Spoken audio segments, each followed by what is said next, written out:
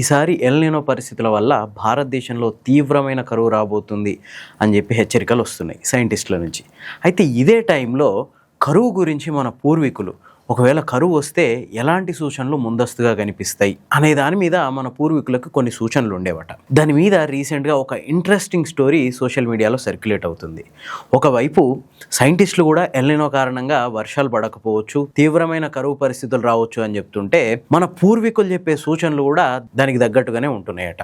అసలు ఇంతకీ ఆ సూచనలు ఏంది, మన పూర్వీకులు ఏం చెప్పిర్రు, దీనికి సైంటిఫిక్ బ్యాకింగ్ ఏదైనా ఉందా అంటే, ఈ థియరీకి సైంటిఫిక్ బ్యాకింగ్ ఉందో లేదో నాకు తెలియదు, కానీ చాలా ఇంట్రెస్టింగ్గా ఉంది, సోషల్ మీడియాలో సర్క్యులేట్ అవుతుంది. అంతేకాదు వాస్తవ పరిస్థితులకి కొంచెం దగ్గరగా ఉంది. సో అదే నేను మీకు ఈరోజు చెప్పబోతున్నా.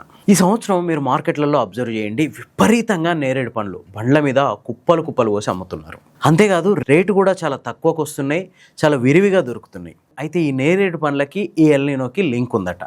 ఎట్లా అంటే, ఏ సంవత్సరం అయితే వేసవిలో విపరీతంగా నేరేడు పండ్లు అంటే చెట్లు గుత్తులు గుత్తులుగా కాసి కిందికి వంగిపోయే పరిస్థితులు ఉంటే, ఆ సంవత్సరం తీవ్రమైన కరువు వచ్చే అవకాశం ఉంది అని చెప్పి మన పూర్వీకులు చెప్పేవాళ్ళట. ప్లాంట్ సైన్స్ ప్రకారం దీన్ని మ్యాస్టింగ్ లేదా స్ట్రెస్ ఫ్రూటింగ్ అంటారట. అంతేకాదు కొన్ని సందర్భాల్లో సూసైడ్ ఫ్రూటింగ్ లేదా బంపర్ క్రాప్ అని కూడా పిలుస్తారు. అసలు ఇంతకీ దీని వెనక మన పూర్వీకులు చెప్పే సైన్స్ ఏంటంటే, ఏ ఇయర్ అయితే చెట్లు విపరీతంగా కాస్తాయో, ఎందుకు అట్లా కాస్తాయి అంటే, ఎప్పుడైతే భూమి లోపల భూగర్భ జల మట్టాలు పడిపోతున్నాయో అప్పుడు చెట్లు విపరీతంగా విరగ్గాస్తాయి అంటారు. రీజన్ ఏంటంటే, భూమిలో ఉన్న కొద్దిపాటి నీళ్ళని ఈ చెట్లు పీల్చుకొని ఆ శక్తిని అంతా వాటి కొత్తగా వచ్చే కొమ్మలు, రెమ్మలు, ఆకుల మీద పెట్టకుండా పూర్తిగా సంతానోత్పత్తి మీద పెడతాయంట. అంటే ఎందుకంటే భూగర్భ జలాలు తగ్గిపోవడం, లేదంటే ప్రకృతిలో రాబోయే తరుణంలో విపరీతమైన మార్పులు రాబోతున్నాయి అనుకున్నప్పుడు, మెయిన్ తనను తాను బతికించుకోవడం కంటే విపరీతంగా సంతానోత్పత్తి చేసి వదిలేస్తే వాటిల్లో కొన్నైనా ఈ పరిస్థితుల్ని తట్టుకొని భవిష్యత్తులో తమ వారసత్వాన్ని కొనసాగించే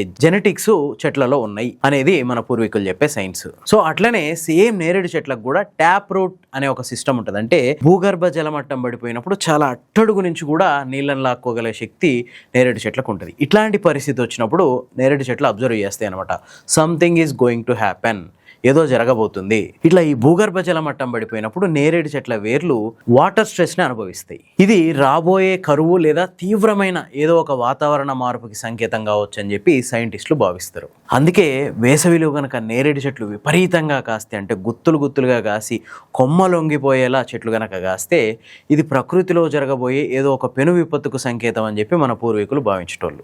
సో అట్లా ఆ సైన్స్కి మన పూర్వీకుల భావనకి లింక్ ఉండి ఉండొచ్చు అనేది ఈ పోస్ట్ యొక్క సారాంశం అనమాట. ఇది రీసెంట్గా విపరీతంగా వైరల్ అవుతుంది.